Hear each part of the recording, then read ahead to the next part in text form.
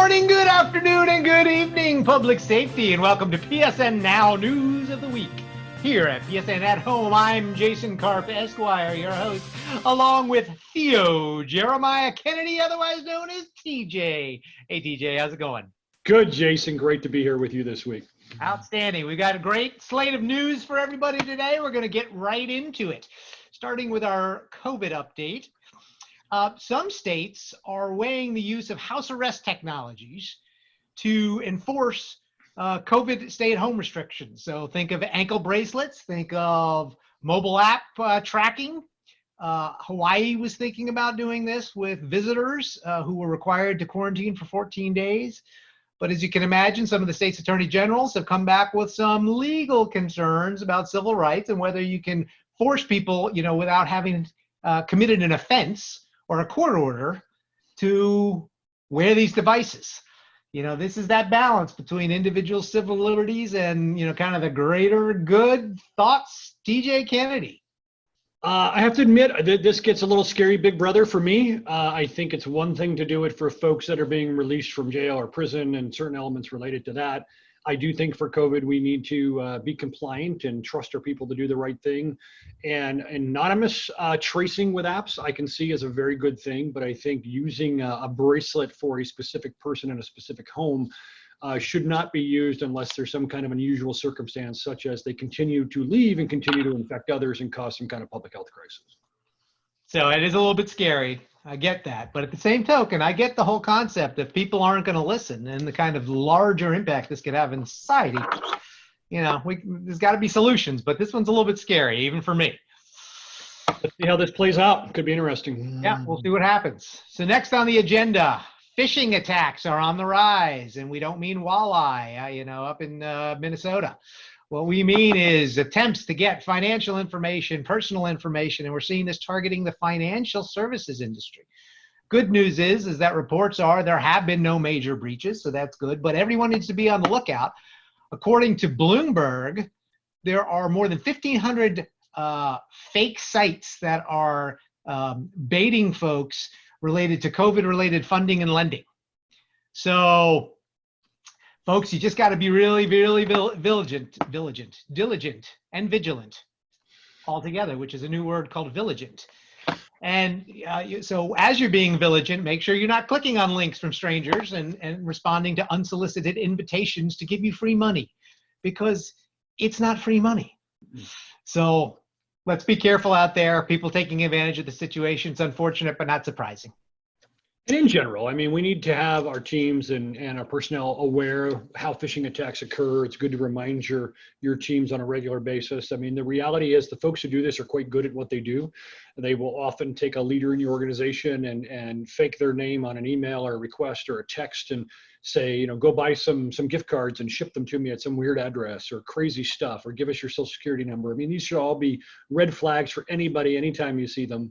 And it's definitely way up in and around COVID and what it's doing on the financial sector. So I think it's important for everybody to be vigilant. Absolutely. Turning towards the auto industry, or I should say the traffic industry, or I should say the highway industry. How about taking care of our highway patrol?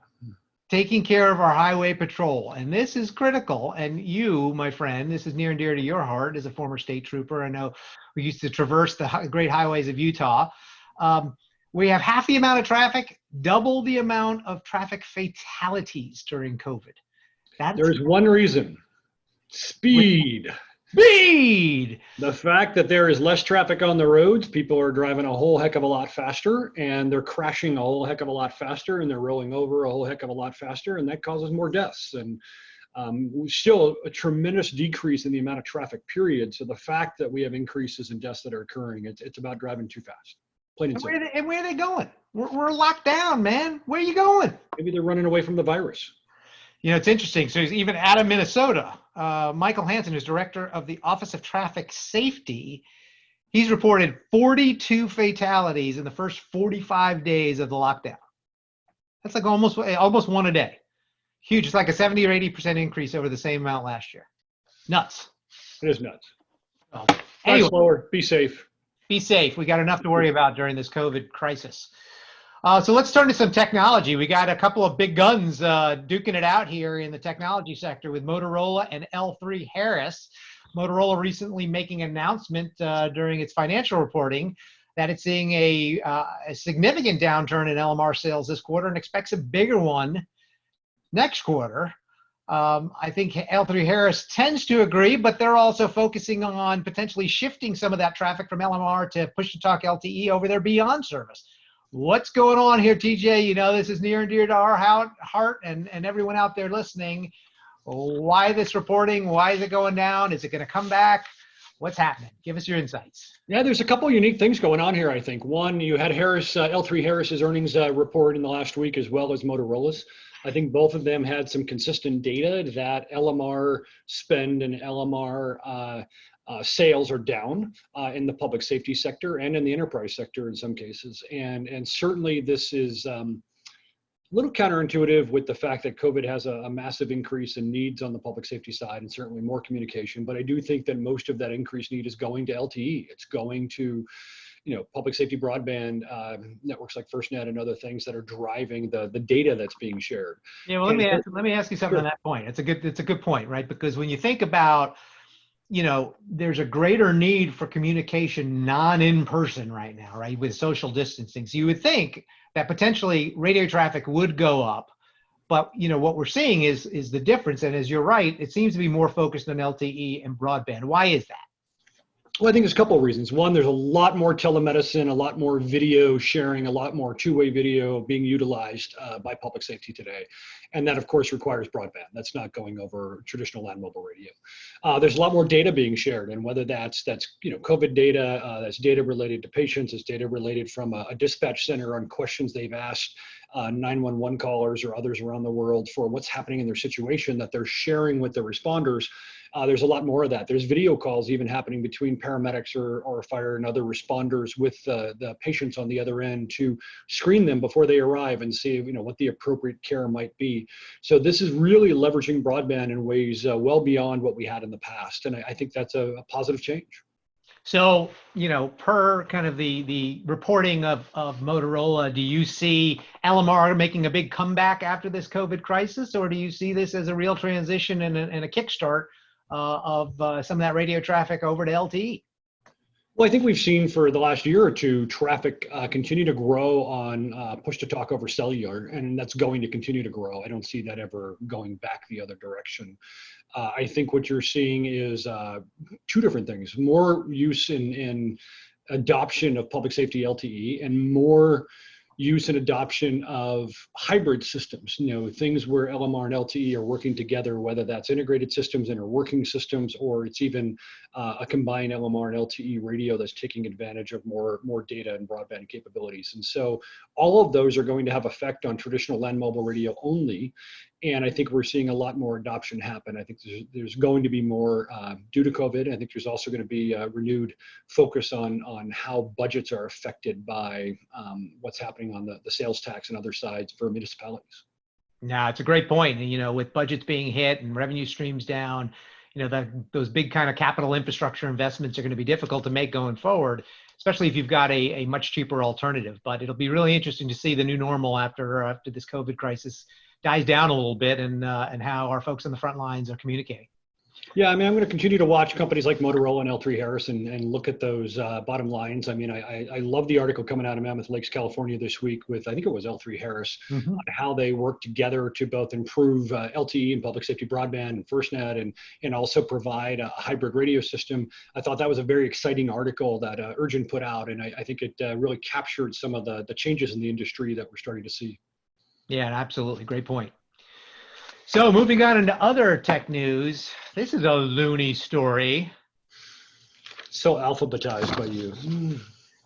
So Alphabet Inc., the parent company of Google, who has been working on their Loon program for about 10 years, announced a partnership recently with AT&T. So the Loon program is effectively using tennis court-sized balloons to create a LTE network in the stratosphere. So this is kind of crazy. So DJ, your thoughts? I, I think it's amazingly cool and interesting, and I think it's going to give us additional ways to bring broadband to areas, especially before, during, and after disasters. Things like large hurricanes that affect island states and territories.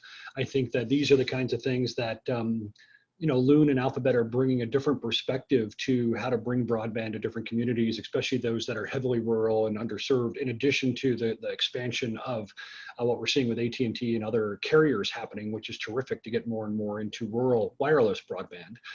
So I think it's very complementary. I think it's great to see that the mobile network operators, are starting to get into these kind of agreements, and it will bring more capability, which I think can be leveraged certainly by public safety and by citizens. Yeah, it's pretty awesome. And just the tech itself, I like to geek out on this stuff, but think about this, 20 kilometers above the earth, freezing temperatures, high winds, it can withstand all of that. It's solar powered. I think they got about 100-day life, and then, they fall, very softly down to earth, via parachute, and they get replaced, just on an ongoing basis. I know it used to take months to develop and deploy this network. I know that was tested during Hurricane Maria, but now, according to reports, they've got it down to literally a matter of days so that they could deploy this in the case of emergencies. The other exciting thing about it is it's global. And even with the AT&T partnership, it's global with their MVNOs. And I understand Loon's got authority to operate over 50 different countries right now globally. That's So great. yeah, that's really cool. I mean, that's just this is a geek's dream right here. Like hot air balloons, high above the earth tech, communications. It's awesome. Well, I think the great thing out there too for venture capital and for tech companies is that some of these moonshots, like Loon, that companies like Alphabet have poured a lot of time and energy and investment into, will pay off. And sometimes it takes a little longer than some may think. But I'm glad that companies are investing and really changing the technology that's being leveraged for communications. Absolutely. And speaking of public safety communications, City of Alexandria has reported that they are now leveraging Firstnet for 911 dispatch. And as we know, Firstnet was not originally rolled out as a 911 solution, but now with COVID, you've got dispatchers working remotely from home with all of their computer monitors, equipment, headsets, computer-aided dispatch, all laid out at home. And they are now leveraging Firstnet, using Firstnet hotspots, because they need the reliable connectivity. If everything goes to heck, so to speak, to keep it clean, they know that they can rely on Firstnet for that connectivity for critical 911 calls. So I mean, that's just huge during a pandemic like this, and I think very creative thinking by Alexandria. Well, and there's many other departments that are doing this. Kudos to Alexandria, and I would imagine there are hundreds of agencies across the country that are right now dispatching from either a secondary remote location to be able to keep folks from being too close to each other, also to deal with if one group of dispatchers or call takers or others was getting sick, and certainly allowing them to work from home to support that as well. And I know from the next gen 911 and other industry as well, that with cloud-based computer-aided dispatch and the ability to have hosted cloud, call handling and having calls come in and be routed to the appropriate dispatcher, regardless of where they're at. It's a huge shout out to public safety communicators and what they're doing here today. And I think it's a sign of the future that this can happen from anywhere, and with the tools to be able to get emergency help to anyone. Obviously, it's not necessarily a built-in component of Firstnet itself, but the fact that Firstnet prioritized preemptive coverage and capabilities can be leveraged to do dispatching is terrific. And obviously, there's other, wireless and wired telecom technology that can be a part of this solution as well. And those are all important elements. And it's such a stressful job, and so having the ability to make it remote and to be able to make adjustments now going forward, that also help, the telecommunicators who are doing this, and be environments that they're comfortable. That's a tremendous step forward as well. And I think a real benefit to our first responders and the folks who are dealing with the 911 calls. So, kudos to them, and really excited to see where that takes the technology takes the industry. So now we're to our final segment of the day, which is, of course, our PSN Wow Awards, which are wow stories of the week. Something sensational, something fun, something emotional, something just completely idiotic and crazy. So we've got a couple good stories for you today. And TJ Kennedy, you want to kick us off? Sure, I'm going to do the one that caught my attention, and you can hit the other one. I think on the first story out of Lafayette, Indiana, a woman stole an ambulance from outside of a hospital last week while waiting for a cab. We've heard of these stories happening. They don't happen too often, thank goodness. I won't talk about how it's. I won't even go there because I don't want to give people ideas. But needless to say, there was probably an ambulance that was running and just sitting outside of the ER at the same place that she needed to find this particular cab. So Wanda Lewis Rodriguez allegedly stole this vehicle, this ambulance, and has been charged with auto theft after stealing a Tippecanoe emergency ambulance service about 100 yards before being stopped by a hospital security guard who luckily thought that she should not be stealing the ambulance that is just outside. So long story short, be careful about your vehicles, emergency vehicles that are running. This is just more of an everyday crime of opportunity. And we certainly do not want to see our rigs going down the road with somebody who should not be driving them and may not be in any condition to drive them for that matter. I know people are a little concerned about ride sharing these days with COVID, but this is probably taking it just a little bit too far. A little bit too far. Yeah. Excellent. Well, and ending on a super positive note, really highlighting our first responders as heroes, down in Hillsborough County from Florida, Fire Inspector Sherry Dufresne donated a kidney to her captain, Jeff Hewitt, who was in dire need. According to the Facebook page, he had been looking for a matching kidney for over a year and found out that the inspector was a match, and to her, it was an absolute no-brainer, and just an unbelievably selfless act. It shows that these first responders are not only true heroes when they're out doing their jobs, but personally as well. And we wish absolutely Inspector Dufresne and Captain Hewitt speedy recovery and the best. I think this shines the brightness on people and the goodness in people and what we should all be striving for. So fantastic news there out of Hillsborough County. No, that's just spectacular. What an amazing gift, not just to a friend, but to a fellow firefighter, and to really be willing to put your life at risk again, to be able to help someone you work with each and every day that's out there saving lives. It just shows just how incredible these firefighters are, especially as she is. I think that's enough said. So with that, this has been PSN's News of the Week. I'm Jason Karp, Esquire, here with TJ Kennedy, and we will see you next time.